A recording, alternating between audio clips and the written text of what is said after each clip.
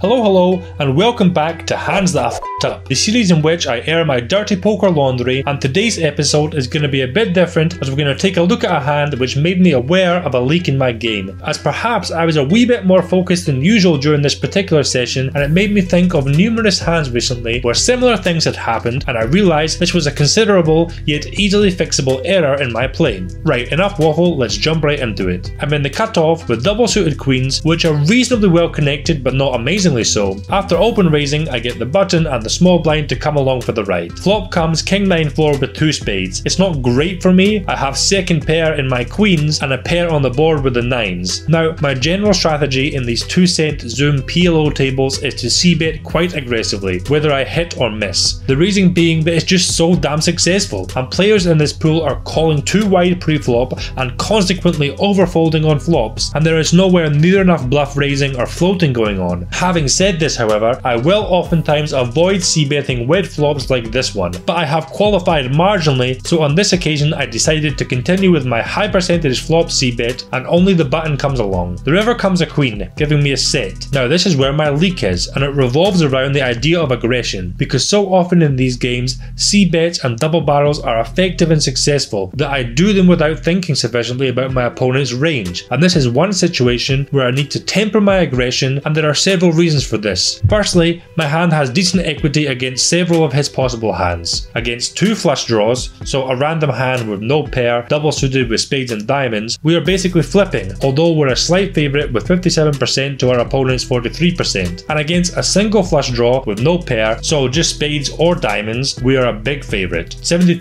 to 28%. And even against a strong made hand like 10 jack with a king high straight, with or without a flush draw, we still have 22% equity, which is too much to be folding at Omaha, as realising your equity is a massive part of this game. So for all of these reasons, when I have a hand such as this, I really want to slow things down and check. Check call if my opponent bets. Of course, depending on the size, we might have to check fold to a pot size bet, but in reality I bet half pot, and immediately got met with the reason why this is a massive mistake, as the button insta raises me, and I just have to fold, whereas checking allows me to keep the pot reasonable and get to see rivers where I could possibly boat up and scoop the pot. And there's a bunch of other times I have done this. One that comes to mind that is similar to this, I made a set on a straight completing river and my opponent checks to me. I decided to go for some super thin value, which was dumb, as it allowed the out of position player to get in a check raise, meaning I had to fold what may have been the best hand, as he may well have been bluffing me. In the end, I'm happy this situation happened, as it allowed me to uncover a pretty substantial leak in my game. Now that's all for now, see you next time.